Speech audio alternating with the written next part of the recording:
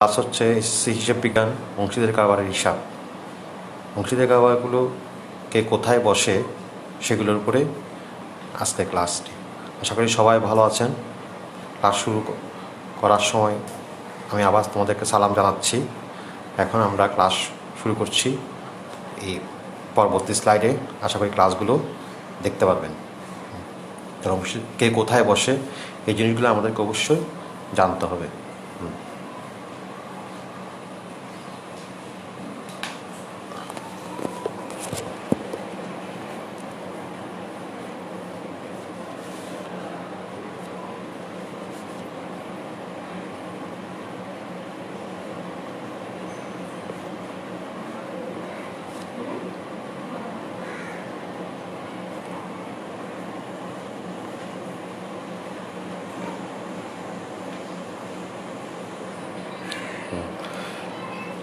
অংশীদারি কারবারের হিসাব এখানে মূলত গড় দুইটি, একটি লাভপতি আবন্টন হিসাব আর একটি মূলধন পরিবর্তনশীল পদ্ধতি, মূলধন একটা ঘর।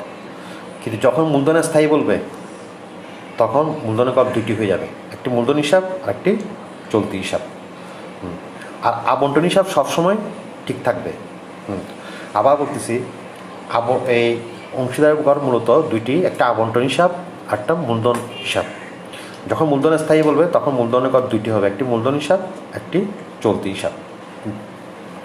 তো মূলত পরীক্ষায় বেশিরভাগ থাকে এই আবন্টন, এই গড়টি আর পরিবর্তনশীল পদ্ধতি বেশিরভাগ থাকে। স্থায়ী পদ্ধতি বললেও আবন্টন হিসাব অবশ্যই করতে হবে, অর্থাৎ আবন্টন হিসাব সব ক্ষেত্রে লাগবে। শুরু করছি আমাদের আইটেম। প্রথমে মূলধন। মূলধন হচ্ছে মালিকানা সত্ত্ব হিসাব।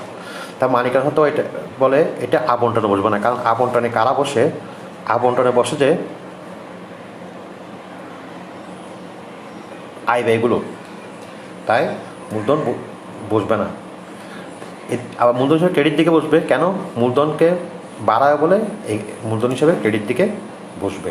মূলধন হিসেবে কারা বসে? যখনই মূলধনকে কিছু আইটেম বাড়াবে তখন মূলধন ক্রেডিট দিকে বসবে, আর মূলধন কমলে ডেবিট দিকে বসবে। এই কথাটি মনে রাখলে মূলধন হিসাব সম্পর্কে ধারণা হয়ে যাবে। তারপর মূলধন স্থায়ী পদ্ধতি বললে মূলধন ক্রেডিট, চলতি হিসাবে মূলধন বসবে না। অতিরিক্ত মূলধন একই নিয়ম, এটা মালিকানা সত্ত্ব হিসাব, তাই আবন্টনে বসবে না, কারণ আবন্টনে আয় ব্যয়গুলো বসে। তারপর মূলধনকে বাড়া হলে মূলধন ক্রেডিট দিকে বসবে, এই মূলধনকে বাড়া হলে মূলধনের ক্রেডিট দিকে বসবে, আর চলতি হিসাব বসবে না। অর্থাৎ আমি আবার বলছি, হিসাবের শ্রেণীভাগ পাঁচটি: কে আয়, কে ব্যয়, কে দায়, কে সম্পদ, কে মালিকানা সত্ত্ব। এগুলো না বুঝলে জীবনে কেউ অ্যাকাউন্টিং বুঝবেন না। তাই এগুলো সম্পর্কে আগে ধারণা করতে হবে সবাইকে, তারপরে অ্যাকাউন্টিং বুঝবেন। যে এগুলো বুঝলে অ্যাকাউন্টিং 90% না হলেও অন্তপক্ষে 80% অঙ্ক শেষ হয়ে যাবে সবার। আসলে মূলধনের সুদ। এবার মূলধন খরচ বলে আবন্টনের ডেবিট, আর মূলধনকে বাড়া বলে মূলধনের ক্রেডিট। আর স্থায়ী পদ্ধতিতে মূলধন হিসাব, এখানে মূলধনের সুদ বসবে না, চলতি হিসাবে মূলধনের সুদ ক্রেডিট দিকে বসবে। আমি একটু এখানে বোঝার জন্য মানে আবন্টন মনে রাখবেন, এম মানে মূলধন মনে রাখবেন, সি মানে চলতি হিসাব মনে রাখবেন, সি মানে চলতি। অর্থাৎ এ মানে আবন্টন, এম মানে মূলধন, যদি উপরে লিখেছি তবু সুবিধার জন্য আমি পাশে লিখে দিয়েছি আবার। আর সি মানে চলতি। বেতন খরচ বলে আবন্টনের ডেবিট, আবার মূলধনকে বাড়াবে সেজন্য মূলধন হিসাবে ক্রেডিট দিকে। কেন মূলধনকে বাড়াবে? একজন পার্টনার যদি বেতন পায় তার মূলধন বেড়ে যাবে, সে কারণে এখানে লিখতে হবে। স্থায়ী পদ্ধতি বসবে না, চলতি হিসাবে ক্রেডিট দিকে বসবে। আরেকটা কথা মনে রাখবেন, এই ঘর যা আর এই ঘর প্রায় মিল, হুবহু একই রকম। যেমন একটা আইটেম এখানে ক্রেডিট, এখানে ক্রেডিট। আচ্ছা, তারপর আসেন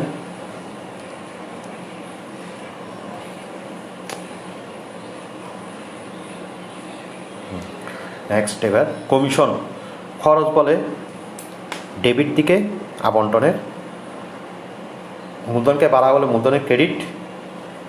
স্থায়ী পদ্ধতি এখানে বসবে না, চলতি হিসাবে বসবে ক্রেডিট দিকে। নিট লাভ, এটি প্রশ্ন থাকবে। এই নিট লাভ কোত্থেকে আসছে জানতে হবে। নিট লাভ বিশদ আয় ব্যয় থেকে আসছে, তো এটা আয়ের অংশ বা এটা আয় বলে আবন্টনের ক্রেডিট দিকে বসবে, আর এখানে কোনো জায়গায় বসবে না। উত্তোলন উত্তোলন মালিকানা সত্ত্ব হিসাব, তাই আবন্টন বসবে না। আবার মূলধনকে কমাবো বলে মূলধনের ডেবিট দিকে বসবে, এদিকে চলতি হিসাবে বসবে। উত্তোলনের সুদ কারবারের আয় বলে আবন্টনের ক্রেডিট দিকে বসবে, মূলধনকে কমাবো বলে মূলধনের ডেবিট দিকে বসবে, আর চলতি হিসাবে ডেবিট দিকে বসবে। পণ্য উত্তোলন কারবারের খরচ কমায় খরচ কমাতে কথা আয় বৃদ্ধি পাওয়া হয়, সেজন্য এটি আবন্টনের ক্রেডিট পাশে বসবে। এখানে ক্রেডিট লেখা হয়নি, এখানে ক্রেডিট পাশে বসবে আবন্টনের। মূলধনের কে কমা বলে মূলধনের ডেবিট পাশে বসবে, আর এই মূলধনে বসবে না, চলতি হিসাবে ডেবিট দিকে বসবে। ঋণ বা কর্জ, কেউ যদি কারবারের কর্জ আনে ঋণ, এটি দায় হিসাব, তাই এখানে কোনোখানে বসবে না, তবে দীর্ঘমেয়াদী দায়িত্বে আর্থিক অবস্থা বিবরণীতে বসবে। এটা আয় ব্যয় নয়, এখানে এই জায়গায় কোনোখানে বসবে না, এটি বলবে আর্থিক অবস্থা বিবরণীতে দীর্ঘমেয়াদী দায়ে। কর্জের সুদ, অবশ্যই কর্জের সুদ যদি ধরা হয়, খরচ বলে আবন্টনের ডেবিট দিকে, তবে এটি মূলধন হিসাবে বসবে না, কারণ কর্জ আলাদা, মূলধন আলাদা, মনে রাখবেন। তবে চলতি হিসাবে বসতে পারে। এখানে কয়েকটি নিয়ম লিখে দিয়েছে। চুক্তিপত্রের যদি ঋণের উপর সুদের হার উল্লেখ না থাকে, আইন অনুযায়ী বার্ষিক 6% হারে সুদ ধরতে হবে। কর্জের সুদ অংশীদার চলতি হিসাব বা ঋণ হিসাবে বসবে, কখনো মূলধন হিসাবে বসবে না। তারপর ঋণের টাকা ঋণ হিসাবে বসবে, মনে রাখবেন। তারপর আমরা পরবর্তী স্লাইডে যাচ্ছি। পরবর্তী স্লাইডে আমরা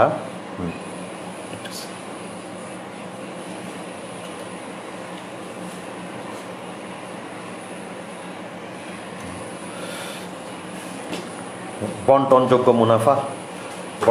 মুনাফা এটা করতে আসছে, এটা আসছে আবন্টন হিসাবের উত্তর, যা পার্টনারদেরকে ভাগ করে দিতে হবে। তো এটা আবন্টনের ডেবিট দিকে থাকবে বিয়োগফলটি। আবার এই মুনাফাটায় মূলধন বাড়া বলে মূলধন হিসেবে ক্রেডিট দিকে বসবে, স্থায়ী পদ্ধতিতে বসবে না, চলতি হিসাবে বসবে। বন্টনযোগ্য ক্ষতি মুনাফার বিপরীত, এটা আবন্টনের ক্রেডিটে বসবে, মূলধনকে কমাবো বলে মূলধন হিসাবে ডেবিট দিকে বসবে। আবার চলতি হিসাবে বসবে, মূলধন হিসাবে বসবে না। চলতি হিসাবে ডেবিট উদ্বৃত্তের সুদ, এটি মনে রাখবেন। প্রতি ডেবিট উদ্বৃত্তের সুদ মানে মনে রাখবেন উত্তোলনের সুদ, তাহলে বুঝতে সুবিধা হবে। তাহলে উত্তোলনের সুদ যদি ইনকাম, আবন্টনের ক্রেডিট দিকে, আবার মূলধনকে যেহেতু কমাবে তাই মূলধনের ডেবিট দিকে বসবে, আবার চলতি হিসাবে ডেবিট দিকে বসবে। চলতি হিসাবে ক্রেডিট উদ্বৃত্তের সুদ, তার মানে এটা মনে রাখবেন মূলধনের সুদ মতো, মূলধনের সুদের মতো। তাহলে মূলধন যেহেতু সুদ যদি ব্যয়, তাহলে আবন্টনের ডেবিট দিকে বসবে, মূলধন হিসাবে ক্রেডিট দিকে বসবে। যেহেতু মূলধনের সাথে মূলধনের সুদ যোগ হয়, মূলধনকে বাড়ায়, আবার চলতি হিসাবে বসবে। বকেয়া খরচ বলে আবন্টনের ডেবিট দিকে, আবার এগুলো এখানে কোনোখানে বসবে না, কারণ এটি চলতি দায়, এটি বলবে আর্থিক অবস্থার বিবরণীতে। অগ্রিম খরচ যেহেতু সম্পদ, এটি এখানে কোনোখানে বসবে না, খরচকে, তবে খরচের সাথে আবন্টনের সম্পর্ক, যেহেতু অগ্রিম খরচ হ্রাস পেয়েছে, তারা আমাদের লাভ হয়েছে, সে এখানে আবন্টনের ক্রেডিট দিকে বসবে। তবে আর সম্পদে বসবে চলতি সম্পদ, এখানে চলতি সম্পদে বসবে না। বকেয়া আয় বলে আবন্টনের ক্রেডিট, আবন্টনের আবার আরেকবার বসবে চলতি সম্পদ, কিন্তু এখানে মূলধনের সাথে কোনো চলতি সম্পদের সম্পর্ক নেই, তাই এখানে বসবে না। আমরা জানা সঞ্চিতি খরচ বলে আবন্টনের ডেবিট, আরেকবার বসবে চলতি সম্পদের প্রাপ্য হিসাব থেকে বাদ, কিন্তু এখানে এগুলো বসবে না। তারপর আসতেছে সঞ্চিত তহবিল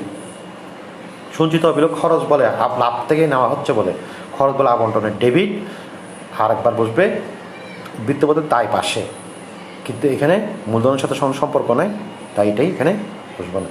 তাই এই বলে আমাদের ক্লাসটি শেষ করছি।